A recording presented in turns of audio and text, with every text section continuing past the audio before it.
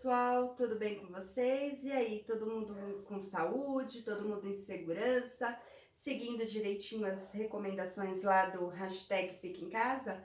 Eu espero que sim, hein? Espero que vocês estejam com saúde, que estejam em segurança e que estejam seguindo as videoaulas, fazendo as atividades aí de todas as matérias, porque dar continuidade aos estudos de vocês é muito importante. Principalmente para vocês, hein, terceirão, que estão aí na reta final dos estudos de vocês. Vocês não podem desanimar, tá bom? Hoje nós vamos dar continuidade, né, à aula da semana passada que falava sobre o quê? Que falava sobre redes geográficas. Nós falamos sobre as redes físicas e as redes virtuais. A semana passada eu esmiucei aqui para vocês as redes virtuais. Nós falamos do quê? Sobre a área da comunicação, sobre internet, sobre rádio, sobre televisão e como a informação, como os dados, às vezes até mesmo financeiros, circulam aí mundo afora, beleza? Hoje nós vamos falar da rede de transportes, ou seja, do modal de transportes. Como é que as pessoas se locomovem?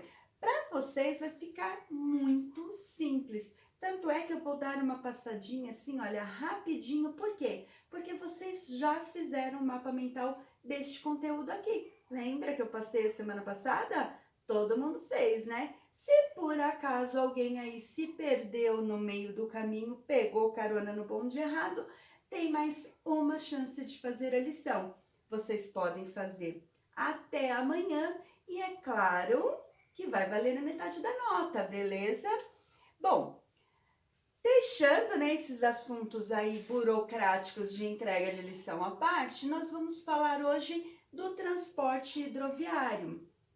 Na verdade, a gente vai começar por eles, né?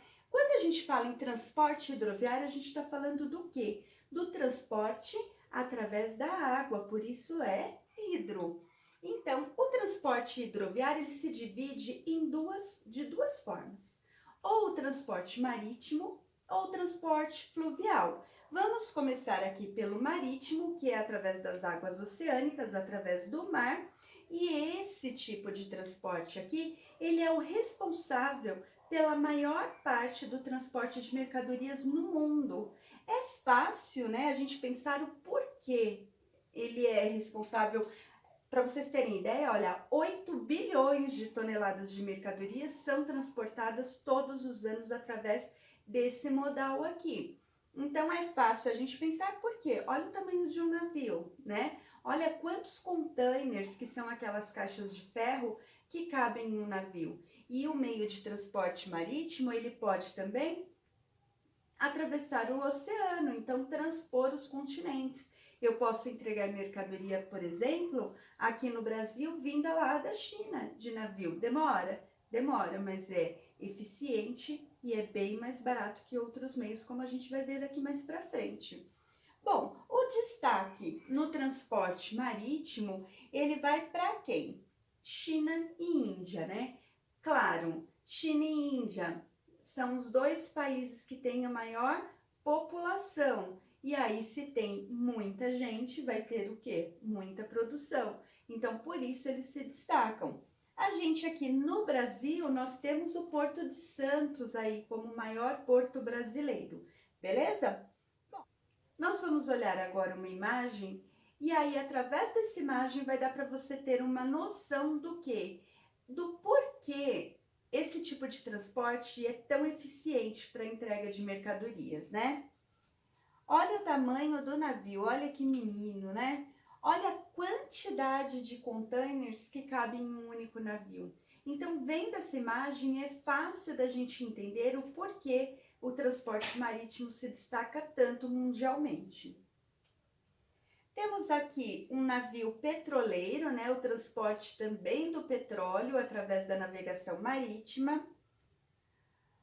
O transporte de grãos, né? Então, esse navio aqui, ele é bem diferentão, porque ele transporta grãos como se fosse em porões, né? Desses navios. Aí é um deles, só que fechadinho, já navegando. esse navio aqui, ele provavelmente ele está transportando minério de ferro, tá, pessoal? Porque esse navio é um navio da Vale do Rio Doce, beleza? Esse mapa, ele vai mostrar o quê? As principais rotas marítimas aqui pelo mundo. Então, você pode ver que ela é bem intensificada. Na África, ela é menos abundante, né? Então, a gente tem poucas rotas marítimas ali no continente africano, principalmente ali no Cabo da Boa Esperança. Na Austrália também não é tão expressiva assim. Ela vai ser bastante expressiva onde? Vindo aqui, ó, da China, né, da Ásia ali, Japão, China, da Índia também, vindo para onde? Para o continente americano, né? Também aqui da América para a Europa, a gente vê aí uma rede de transporte marítimo bem forte. Aqui no Brasil tem? Tem.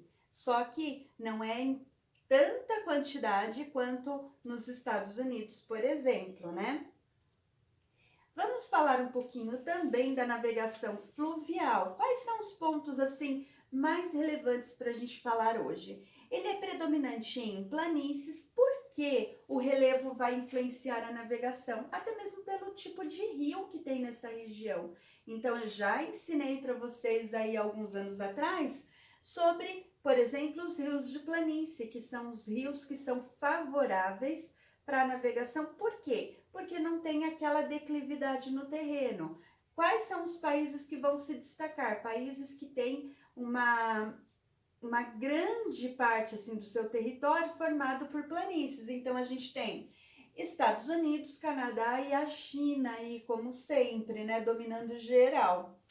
Temos aqui no Brasil, a gente tem no Brasil a Bacia Platina, principalmente a hidrovia Tietê. A Bacia Platina é uma bacia hidrográfica, né? Vocês já estudaram sobre isso, que pega o quê? Brasil, Paraguai e Argentina. Então, ela é muito utilizada quando a gente fala em rede de transporte fluvial aqui no Brasil. Destaque para quem? Não esqueçam disso. Destaque para a hidrovia Tietê, beleza? Utilização de eclusas para transpor os desníveis. Mais adiante eu vou mostrar algumas fotos e explicar para vocês como funciona uma eclusa. Transporte de passageiros, principalmente lá na região norte, também vou falar sobre isso através de imagens. O transporte de passageiros nessas regiões aí que são dominadas por uma oferta assim muito grande do quê? De rios, certo? Quando a gente fala em rede de transporte fluvial, a gente não tem noção da dimensão, né, do tamanho dos rios que tem aí pelo mundo afora. Aqui nós temos uma balsa que ela está fazendo o quê? A travessia de automóveis, de caminhões, para poder fazer a entrega das mercadorias. Então, as balsas, elas são muito utilizadas para quê? Para travessia de rios. Nós temos aqui a eclusa, né? Então, o que é uma eclusa? Nessa imagem, não dá para perceber muito, não, eu não consegui uma imagem que mostrasse tanto a relação assim de profundidade, de desnível de terreno. Mas aqui, olha, esta parte do rio, ela está bem mais elevada do que aqui, né? O que nós teríamos aqui? Uma queda d'água, um desnível muito grande. O que eles fizeram para favorecer o transporte aqui nessa região, o transporte fluvial? Eles constroem uma barragem e nessa barragem eles fazem uma eclusa, que é como se fosse um elevador, só que ao invés de transportar pessoas, transportam em embarcações. Ele consegue levar para um nível mais alto, né? Então a embarcação ela vai entrar aqui, as comportas vão se fechar. Esta parte aqui, que seria o elevador, ela vai se encher de água. Conforme ela enche de água, o navio vai subindo, a embarcação vai subindo até chegar no nível mais alto. Quando chega no nível mais alto, a comporta se abre e a embarcação segue seu destino bonitinho, tá bom? Para quem nunca teve a oportunidade de ver uma eclusa, a mais próxima da gente é a eclusa de Barra Bonita, que fica no interior de São Paulo e que pega o rio Tietê, uma parte assim extremamente limpa do rio. Vale muito a pena fazer esse passeio. Bom, temos aqui a comporta que eu falei para vocês, é tudo muito grande, né? Então as embarcações que entram aqui, conforme fecha, veda ali e começa a entrar água por uns dutos que tem aqui. E aí a embarcação vai subindo. Aqui a embarcação dentro ali do elevador. E os navios, aqui as embarcações esperando para dar continuidade ao seu curso. Temos também o transporte de pessoas, conforme eu falei para vocês, principalmente onde? Na região norte e também numa parte do nordeste, tá? Essa daqui é a conhecida chalana, que é como se fosse o ônibus, mas de uma forma como? De transporte fluvial, tá bom? Então essa chalana, ela transporta passageiros, existem chalanas gigantescas, chalanas que fazem viagens, às vezes até de 3, 4 dias, dependendo do destino. Aqui todos estão bonitinhos, sentadinhos. Tem algumas chalanas que tem até redes para o pessoal dormir. E, conforme relatos assim que eu já ouvi, não é um meio de transporte muito seguro não, tá, pessoal? Aqui nós vemos um horário de pico aí, né, nas regiões que utilizam muito esse tipo de transporte fluvial. Uma imagem que vai mostrar para vocês a grandiosidade lá do porto da cidade de Manaus, que a gente chama de Zona Franca de Manaus, porque tem muitas indústrias ali de eletroeletrônicos, então o porto tem um movimento assim absurdo. E as comunidades ribeirinhas, que elas se valem do quê? Do transporte fluvial exatamente para tudo na vida delas, né? Então, para ir para a escola, para ir na vendinha, para ir em qualquer lugar. Por quê? Porque eles moram em palafitas. Então, na época da cheia dos grandes rios, lá na região norte, eles ficam assim, literalmente ilhados. Eu já tive a oportunidade de visitar uma região assim e é uma coisa assim incrível de ver, porque foge completamente da nossa realidade, né? Então, para você ter ideia, olha a tia da perua aqui como que é, né? Então, o transporte das crianças, para levarem as crianças para a escola, muitas escolas, quando eu estive lá na Amazônia, eu pude verificar também que muitas escolas são palafitas, então a escola fica ali no meio daquela área alagada e as crianças chegam lá de barquinho. Aqui é um hospital, né, uma unidade básica de saúde, também, né, nessa região ali da região norte do Brasil. Aqui, conforme eu falei para vocês, é uma área toda alagada e as pessoas vivem aí nessas palafitas, que são essas casas aí com essas estacas de madeira, para quando vem a época da cheia, não alagar a casa delas, beleza? Vamos falar um pouquinho sobre o transporte aéreo. O transporte aéreo, ele é eficiente? Muito. Porém, ele é muito caro. Então, quando a gente fala em transporte de mercadorias, o transporte aéreo das mercadorias, nós estamos falando de um transporte extremamente caro que não tem tanta quantidade, até mesmo porque os aviões eles têm um limite máximo de carga, de peso, né? Então, ele é o mais utilizado para transportar mercadorias assim de valor agregado bem maior, né? E também para quê? Para transporte de cargas assim mais sensíveis, por exemplo, como medicamento que tem um tempo certo para chegar, né? E ele é um tipo de transporte extremamente caro. Então, quando a gente fala em valores, são sempre as mercadorias mais caras que são transportadas através do transporte aéreo, tá? Aqui nós temos a imagem, né, da mercadoria entrando ali para ser transportada pelo avião. O transporte de passageiros, né, que é um dos mais importantes no mundo hoje, porque quando você vai se deslocar para grandes distâncias, as pessoas estão dando preferência para o avião. Obviamente, pelo quê? Pela questão do tempo, porque é o transporte mais rápido que nós temos na atualidade. Aqui também, né, olha o tamanho desse Airbus. Então ele transporta assim mercadorias assim de alto valor agregado, né? Nós não podemos falar de transporte aéreo sem a gente falar um pouquinho nos aeroportos, né? Então, quais são os aeroportos mais importantes da atualidade? Eu tenho aqui duas tabelas, uma do ano 2000 e outra de 2013. Vocês têm essas tabelas lá no livro de vocês. Vou pedir para vocês darem uma olhadinha depois, porque você pode ver que no espaço de 13 anos algumas mudanças ocorreram, né? Quais foram elas? Primeiro, o aeroporto de Atlanta, nos Estados Unidos, ele continua sendo o top dos tops, né? Ele continua ali em primeiro lugar em significância de aeroportos pelo mundo. A gente pode ver que em 13 anos aí aumentou o fluxo de passageiros, né?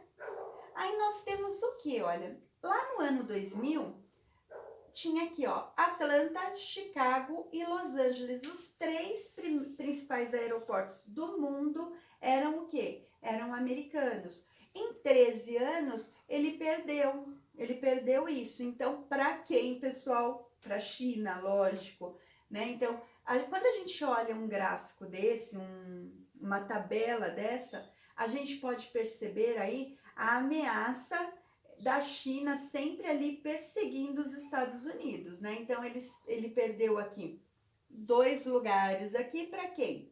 Para Pequim na China, Londres, que estava em quarto, foi para terceiro. Aí nós temos quem? Tóquio. Aí vem Chicago, Los Angeles, a entrada aí de Dubai, por quê, né? Dubai é super novinha. Então a gente vê aí Dubai se despontando aí como um dos países assim que estão crescendo muito, que são os Emirados Árabes, né? Paris, mais um americano, e o aeroporto de Jakarta, na Indonésia, que também é super movimentado, principalmente transporte de passageiros, tá, pessoal? É legal quando a gente vê essas tabelas, porque a gente vai vendo o quê? Por exemplo, quando a gente fala da China, como a China tem crescido, né? Então, quando você analisa um dado de aeroporto, por exemplo, você vê aí como a China tem se mostrado gigante aí nessa última década, né? Bom, seguindo aqui, vamos falar um pouquinho de transporte ferroviário, pessoal. Aqui no Brasil, a gente não tem tanto costume de falar no transporte ferroviário, mas ele é extremamente importante. Por quê? Ó? Entre os meios de transporte terrestre, o meio de transporte ferroviário é o que movimenta a maior quantidade de mercadorias, né, pelo mundo afora. A gente vê a origem do trem aonde? Lá na Revolução Industrial. Então a gente tem ali no início da Revolução Industrial, que começou lá na Inglaterra através do carvão, né?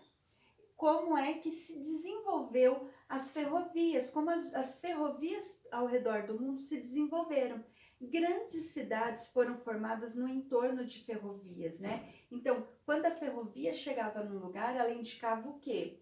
Que o futuro estava chegando, né? Que o desenvolvimento estava chegando naquela região. Porque junto com a ferrovia vinham outras empresas, novos negócios, novas pessoas que trabalhavam ali na construção da linha ferroviária, depois toda essa questão de transporte de mercadorias. Então, a ferrovia foi extremamente importante para a história, né, como um todo. Destaque no transporte de passageiros, tá? Principalmente Índia, que é um país super populoso, obviamente, e na Europa, que nós temos ali a presença do trem-bala, que muitas pessoas viajam através do transporte ferroviário.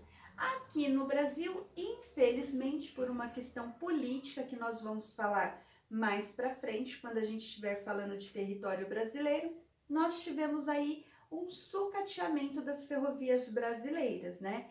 Por uma questão política lá no período da ditadura, onde, por uma questão de acordo financeiro, de acordo comercial, trouxeram aqui as automobilísticas, investiram nas rodovias e sucatearam as ferrovias. Hoje, existem algumas ferrovias, sim, principalmente que transportam minério de ferro, que são operadas pela Vale do Rio Doce, né? Então, nós temos aí uma ferrovia que é importantíssima, que liga Belo Horizonte à Vitória, no Espírito Santo, que é da Vale, e nós temos uma que liga, se eu não me engano, é Belém, no Pará, e liga a São Luís do Maranhão, é isso mesmo, minha cabeça não está tão assim, a minha mente não está tão fraquinha. Então, essas duas ferrovias são extremamente importantes aqui para o Brasil e são operadas pela Vale do Rio Doce, aquela Vale que deu o problema lá de Brumadinho, de Mariana, ela mesma, tá, pessoal? E nós tivemos aí, quando eu falo que as companhias pertencem à Vale, a gente entra no quê? No período das privatizações no Brasil, né? Então, nós temos sim algumas ferrovias, só que elas são privadas. Transporte de passageiro, esses trens que eu falei para vocês, além do minério de ferro, eles também transportam passageiros, mas já não é assim tão expressivo como era antigamente, né? O Brasil perdeu e perdeu muito na questão ferroviária, tá bom? E isso daí a gente vai estudar mais para frente, só que eu já assim adianto, foi uma pena. Temos aqui um gráfico que vai falar que são os países da União Europeia que mais utilizam transporte ferroviário, né? Então, nós temos em primeiro lugar, acreditem, ó, a Letônia, depois a Suíça, Estônia, Áustria, Suécia, Lituânia, a Finlândia e a Alemanha. E depois os demais países da União Europeia. Lá na Europa, os trens são, assim, muito utilizados, de verdade. Geralmente tem assim, olha, uma rodovia, uma ferrovia e uma hidrovia, uma do ladinho da outra. Então, você está lá na rodovia com seu automóvel se deslocando de um lugar para outro, você vê que está passando trem, trem de carga, trem de passageiros, e aí você vê ali o canal da hidrovia também transportando mercadorias. É muito legal de se ver, tá bom? Quando a gente fala em transporte rodoviário, é óbvio que nós estamos falando sobre o quê? Sobre o transporte terrestre feito através de rodovias. Através de que meio de transporte? Dos caminhões. Então, hoje, eu não quero ficar me prendendo no Brasil, porque nós vamos ter um capítulo só para isso. Mas a gente tem que pensar o quê? Que esse tipo de transporte ele foi criado inicialmente para curtas distâncias, né, para locais que não eram favorecidos nem pela linha ferroviária nem por uma hidrovia, por exemplo. Então, aí sim, nesse caso, utilizava o quê? O transporte rodoviário, principalmente porque é um meio de transporte que não é tão eficiente, é muito caro, não transporta tantas mercadorias de uma só vez, tem a questão da poluição, ele não é sustentável, né? O combustível ali que é utilizado tem um valor agregado muito alto nessa questão do combustível e, pasmem, mesmo diante de tantas coisas assim contra o transporte rodoviário, aqui no Brasil ele é o tipo de transporte mais utilizado. Por quê? Por uma questão política, né? Foi um acordo político feito lá na época da ditadura para trazer aí as indústrias automobilísticas aqui para o Brasil. O que eles fizeram? Sucatearam ali as ferrovias e construíram novas rodovias. E aí o Brasil investiu pesado nas rodovias e mudou todo o nosso modal de transportes, certo? Passou de ferroviário para rodoviário, né? Então, é caro? É. Por quê? Nós temos, os caminhões não são tão grandes quanto um trem, por exemplo. Cada caminhão precisa de um motorista, né? Tem a questão do tempo que se leva para transportar a mercadoria de um lugar para o outro. Por exemplo, o caminhoneiro ele precisa parar para comer, ele precisa parar para dormir, para descansar. Então, o tempo de transporte é extremamente longo, né? Para uma quantidade muito pequena de mercadoria. Então, ele é muito caro e ainda assim é muito utilizado no Brasil. Por isso que às vezes a mercadoria chega com um valor tão alto para gente, porque utiliza o sistema rodoviário. Quando nós falamos em rede multimodal de transportes, o que significa uma rede multimodal? Uma rede multimodal é aquela que utiliza múltiplas formas de transporte, ou seja, que não vai utilizar só um modal. Então, suponhamos o produto que saiu lá da China, né, de uma indústria chinesa. Imagina que esse produto ele sai lá da indústria, da fábrica, ele sai de caminhão, transporte rodoviário. Esse caminhão ele segue até o porto. Do porto, essa mercadoria vai para onde? Vai lá para outro continente através de que modal de transportes? O modal marítimo. Então já teve aí meio de transporte rodoviário, meio de transporte marítimo. Suponhamos que essa mercadoria esteja vindo aqui para o Brasil, né? Então saiu lá da China, pegou ali o caminhão, foi até o porto lá de alguma cidade chinesa, veio de navio aqui para o Brasil, chegou lá no Porto de Santos. Chegou no Porto de Santos, essa mercadoria, esse container, vai para onde? Vai para uma outra região do Brasil. Ele pode ir de que forma? Ou da rede hidroviária fluvial, através de rios, ou de trem, ou de avião, dependendo do tipo de produto. Então, quando uma mercadoria, ela para ser entregue no seu destino final, ela usa vários tipos de transporte, a gente chama do quê? De rede multimodal de transportes. Beleza, pessoal? Temos aqui, né, um mapa conceitual. Então, nós está mostrando aqui, olha, a origem, a rodovia, aí ele vai até aonde? É um terminal onde pega um trem, por exemplo. Depois do trem, ele vai para o transporte marítimo, vai lá para o terminal onde fica ali, geralmente o pessoal chama de Porto Seco, né? E depois pega a rodovia de novo e vai para o seu destino. Então, aqui mostrando, né, de uma forma esquemática, o quê? A rede multimodal de transportes. Agora a gente vai falar do quê? De turismo global. Olha que situação, gente. Eu tenho que falar de turismo global nessas circunstâncias, mas vamos lá, né? Chega a me dar assim, ó, uma coceirinha. O turismo, ele é uma das maiores representações do quê? Da globalização. Por quê? Porque até, assim, algumas décadas atrás, era muito difícil para as pessoas conseguirem fazer turismo. Era muito difícil, era muito complicado e era muito caro para as pessoas conseguirem, por exemplo, viajar de um país para o outro.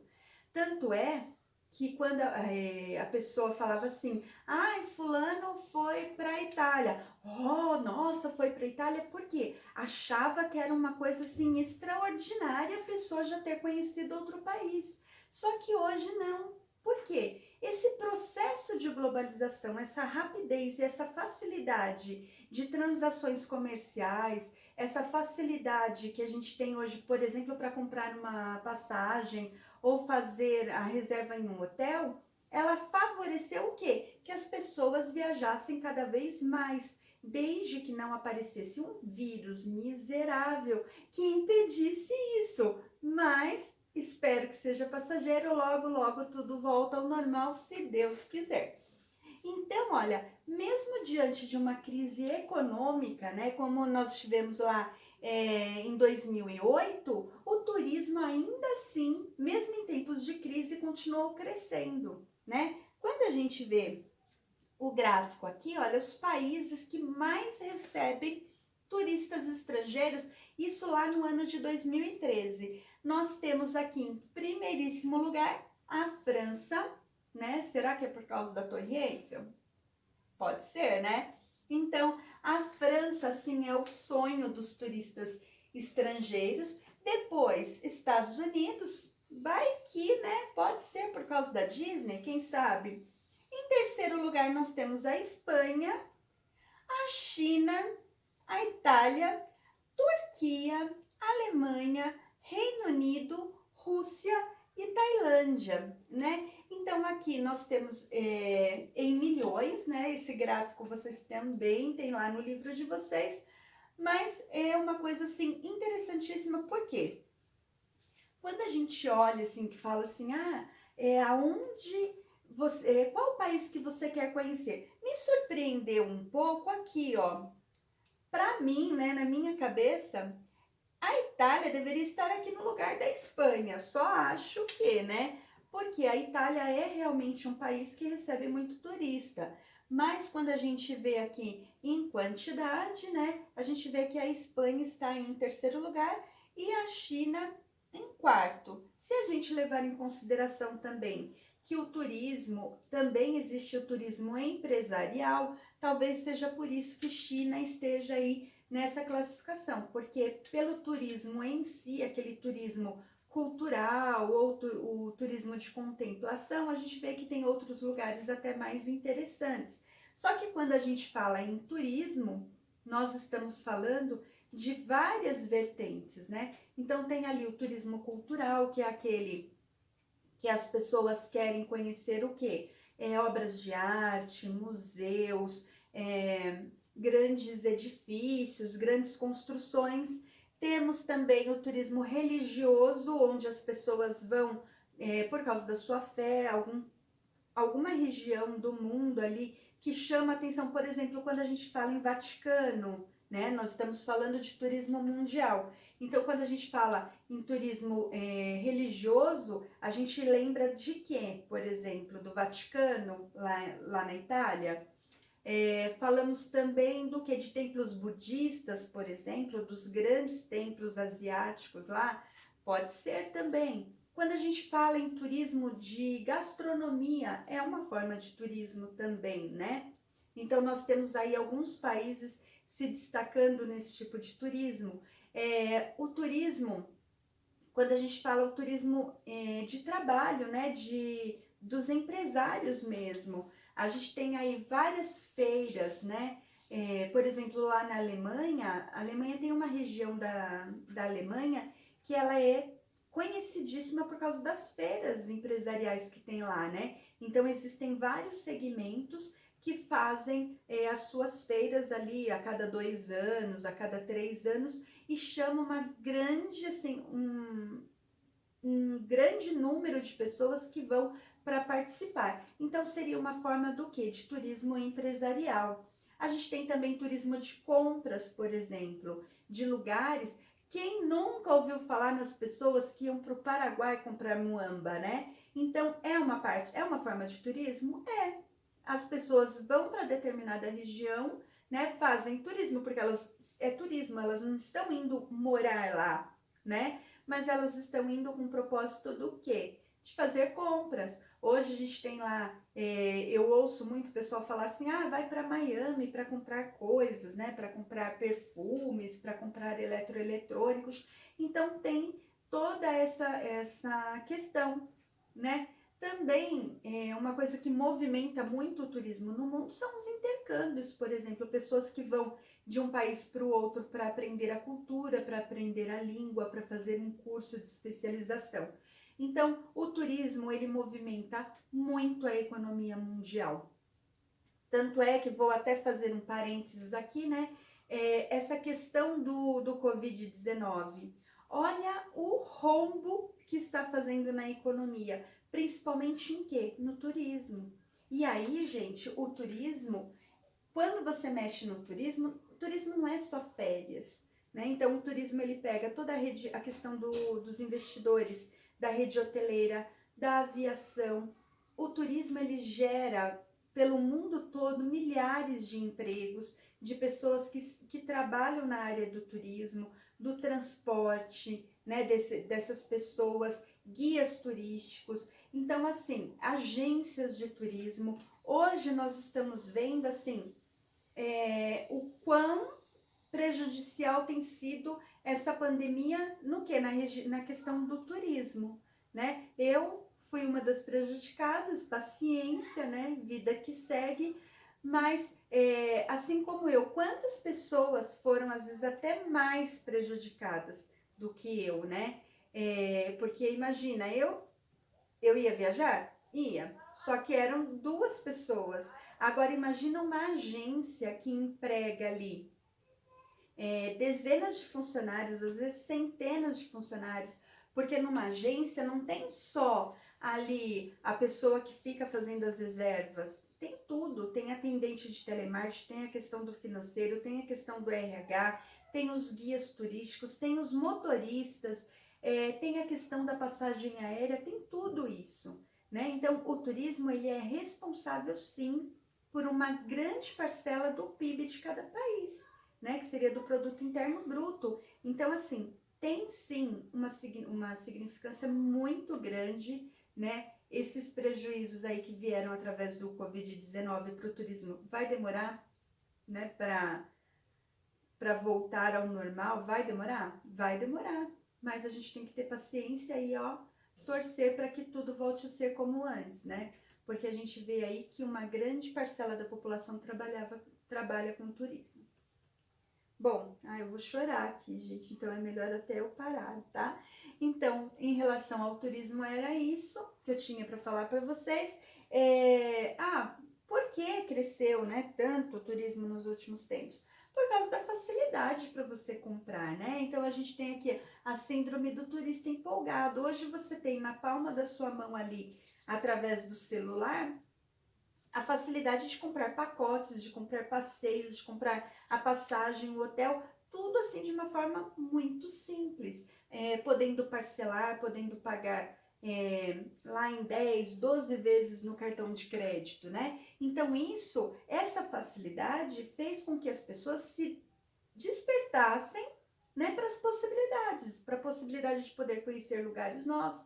E vou falar uma coisa para vocês, é uma coisa que vicia, né? Porque você conhece um lugar, nossa, que legal. Aí você quer conhecer outro e mais outro e mais outro, e aí é uma coisa que não acaba nunca, desde que não venha uma pandemia. Bom, e aí o que acontece através dessa facilidade, né? As pessoas viajam mais, investem mais e todo aquele ramo da hotelaria, todo o ramo do turismo cresce assim de forma absurda, tá bom? Bom, gente, vou ficando por aqui mais uma vez. Espero que vocês tenham aproveitado essa aula. Sei que eu falo demais, não tem jeito. Por mais que eu comece um vídeo falando assim, gente, esse vai ser rapidinho. Quando eu vou olhar, 30, 40 minutos. Mas eu acho que vocês aguentam, né? Vocês me aguentam às vezes com dobradinha lá de quarta-feira. Não vai matar ninguém, né? Então, espero que vocês tenham aproveitado. Lembrando que quem não me entregou o mapa conceitual pode me entregar até amanhã, né? Um mapa mental, valendo a metade da nota. Quem já entregou, ó, belezinha. Vou deixar as atividades aqui com vocês lá da página 24, 25, 26, 27 e 28. Tem bastante coisa para fazer, pessoal. Só que vocês vão ter uma semana para tudo isso, tá bom? Vou gravar um vídeo só de correção de atividades. Mas antes da correção, a gente vai fazer uma chamada pelo Skype porque eu quero ver quem fez. Não precisa tirar foto, não precisa me mandar pelo WhatsApp, nem por e-mail. Façam, deixem aí no livro de vocês tudo feitinho, bonitinho, que vocês podem ter certeza que eu vou dar um jeitinho de olhar quem fez e quem não fez. Beleza, pessoal? Fiquem com Deus, continuem se cuidando, muito álcool gel, muito juízo, tá bom? Cuidem-se. Tchau!